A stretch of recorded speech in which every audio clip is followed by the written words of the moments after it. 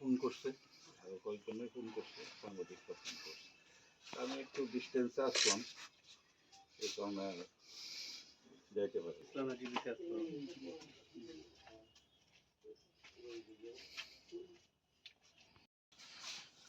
তো মর্মাহতই, কারণ খুব অকালে চলে গেলেন, সময় হয়নি। মাত্র 51-52 বছরের মধ্যে একটা প্রাণবন্ত সাংবাদিক না শুধু, সবসময় আমাদের সঙ্গে যেমন যোগাযোগ রাখতো বা সমাজের প্রতিও ওর একটা দায়বদ্ধতা ছিল। এই সাংবাদিকতা জীবনে একটা উজ্জ্বল একটা জিনিস আমরা ওর মধ্যে লক্ষ্য করেছি। মানুষ আসে, মানুষ চলে যায়, কিন্তু কিছুটা দাগ কেটে গেছে। আমরা অত্যন্ত মর্মাহত, ব্যথিত এই অকাল প্রয়াণে।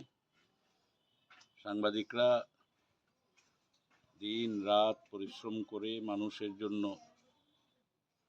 বা আমাদের রাজ্যের জন্য সবসময় ওরা চেষ্টা করে যায়। ও সেই রকমই, তার কর্তব্যের প্রতি যেমন দায়বদ্ধতা ছিল, সমাজের প্রতিও ওর দায়বদ্ধতা ছিল। ঘটনা যেদিন ওর গত পরশু দিন আমাকে রাত্রিবেলা অনেক সাংবাদিকও ফোন করেছেন।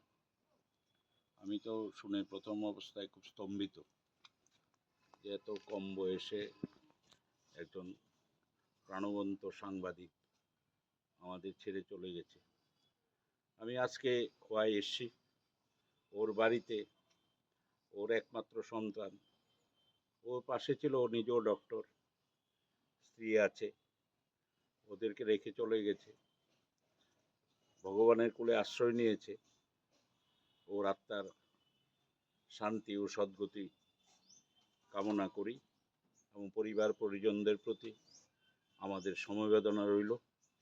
আমাদের মণ্ডল সভাপতি সহ সমস্ত কার্যকর্তারা এসছেন, এবং আগামী দিনগুলিতে আপনারা যারা সাংবাদিক, আপনারাও পরিবারটার পাশে থাকবেন। সবাই আমরা থাকব, এইটুকু আজকের দিনে আমি ভগবানের কাছে প্রার্থনা করছি, পরিবারটা শান্তিতে ভালোভাবে যেতে থাকতে পারে।